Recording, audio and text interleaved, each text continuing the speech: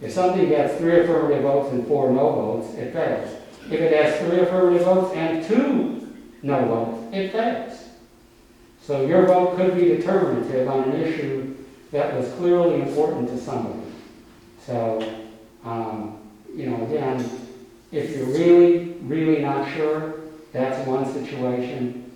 Other than that, I would really try to vote on what you think is best for the city of Kirby. But an abstention is required for a reason.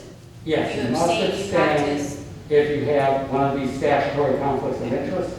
And sometimes people abstain because, well, they're just a little nervous about it.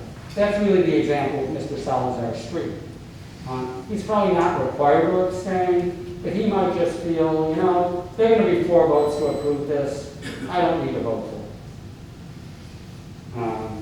But I would think it's really an item by item, circumstance by circumstance type thing.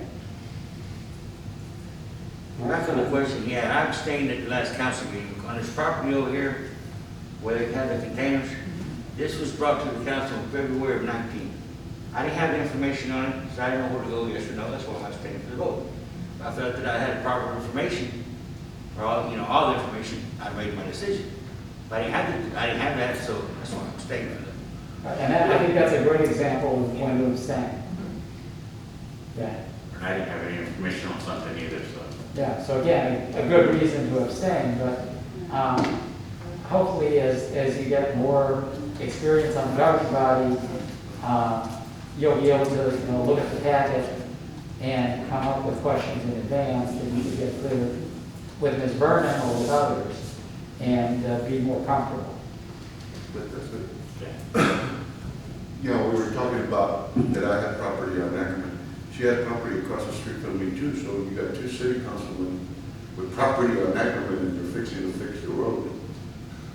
And that was why I posed that particular question, because we've had that complaint from some who are not familiar. People have said, well, that council member should not be talking about that item because they live on that street. But that is not an actual conflict of interest just because you live on that street. But if it was your neighbor, like for example, when we have these zoning change requests or a variance request, if your next door neighbor, or really someone within 200 feet of you was requesting that variance, you're gonna get a notice of that.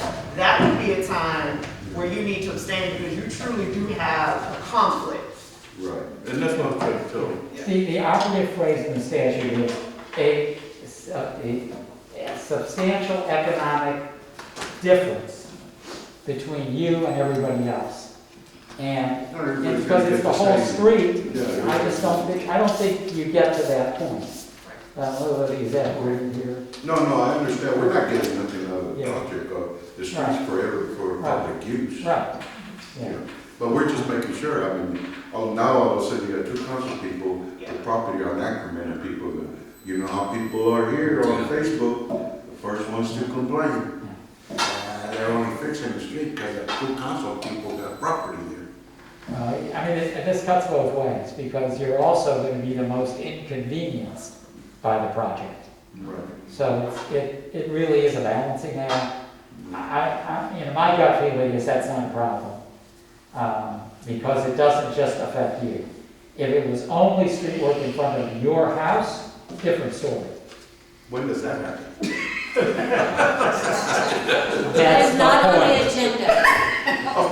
I'm just asking. And then when you're done in front of my house, go over to Sylvia's place.